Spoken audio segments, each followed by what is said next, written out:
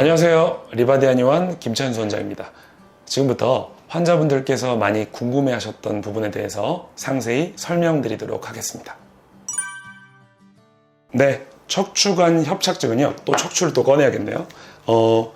요 신경이 있는데 요 옆쪽 말고 이 옆에서 딱 봤을 때 요 신경이 지나간 요 관 있죠.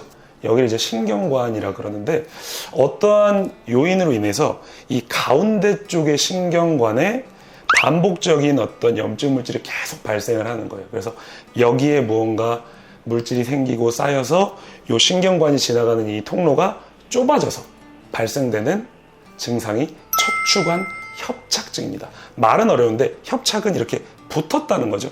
이 관이 뻥 뚫려 있어야 되는데 반복적인 염증 물질로 인해서 이 관이 점점 좁아진다는 의미고요. 특별히 협착증인 환자분들은 우리가 길을 걷다가 조금만 걸으면 다리가 저리거나 불편해서 이렇게 앉아서 쉬어야 됩니다. 이걸 이제 파행이라 그러는데 이런 증상을 호소하시면서 굉장히 불편감을 많이 느낄 수 있는 질환이라고 설명드릴 수 있겠습니다. 네, 많은 차이점이 있을 텐데 일단은 이 영상을 보시는 분들이 가장 쉽게 생각해 볼 수 있는 그것들 위주로 설명을 드려볼게요. 사실 이해가 잘 될 겁니다. 가장 큰 차이점은요, 협착증은 이 신경관의 중간에서 발생되는 문제입니다. 따라서 중간에서 발생이 되니까 양쪽으로 증상이 같이 발생되겠죠. 그래서 다리가 저리더라도 양쪽으로 같이 저리고 시리더라도 양쪽으로 같이 시리고 이럴 확률이 크고요.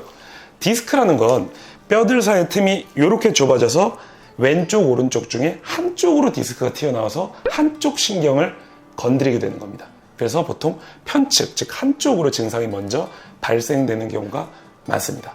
자, 두 번째, 협착증은 이 중간에 있는 신경관이 좁아지는 거라고 그랬죠. 그러다 보니까 우리가 이렇게 앉는 것처럼 제가 보여드릴게요. 얘가 이렇게 앉게 되면 이 좁아진 신경관이 이렇게 되니까 넓어지기 때문에 이렇게 앉으면 협착증인 분들은 편해져요.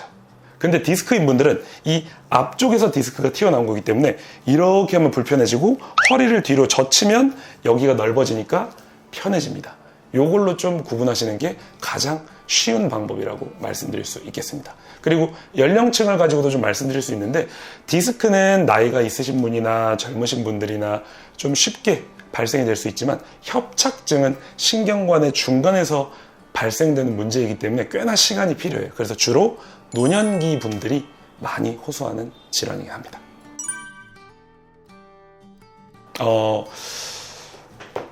사실 디스크건 협착증이건 결국 뼈들의 배열이 틀어지면서 이 디스크가 왼쪽 오른쪽 중에 튀어나오던지 아니면 이 척추 구조가 이렇게 좋지 않아서 어떠한 영역에서 무리한 압박을 계속 받게 되니까 그 부분에 염증이 누적이 되면서 협착증이 되든지 사실 이렇게 발생됩니다. 즉 근본적인 원인은 틀어진 척추라는 것이죠.